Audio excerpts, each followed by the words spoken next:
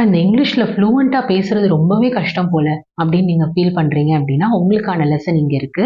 அதாவது நம்ம English conversation make பண்ணணும் அப்படின்னா, ஃபுல் அண்ட் ஃபுல் இங்கிலீஷ்லயே பேசணும் அப்படின்னா, அதுக்கு முன்னாடி நெறைய பிராக்டிஸ் நம்ம எடுத்துக்கணும். ஸோ எப்படி நீங்க பிராக்டிஸ் பண்ணலாம் அப்படின்னா, நீங்க கம்யூனிகேட் பண்ணும்போது நெறைய இங்கிலீஷ் வேர்ட்ஸ் யூஸ் பண்ணுங்க. நெறைய குட்டி குட்டி இங்கிலீஷ் சென்டென்சஸ் வந்து யூஸ் பண்ணுங்க. ஃபார் அன் எக்ஸாம்பிள்க்கு, இது நீங்க செய்யாதீங்க அப்படின்னு சொல்றதா இருந்தா, ஒரு வேர்ட் நீங்க யூஸ் பண்ணா போதும். என்னன்னா don't.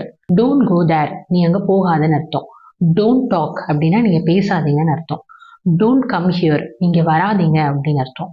Don't hesitate to speak in English. இங்கிலீஷ்ல பேசுறதுக்கு தயங்காதீங்கன்னு அர்த்தம். ஸோ ஒரு விஷயத்தை இது நீங்க செய்யாதீங்கன்னு சொல்லும்போது டோன்ட் வச்சு சொல்லலாம்.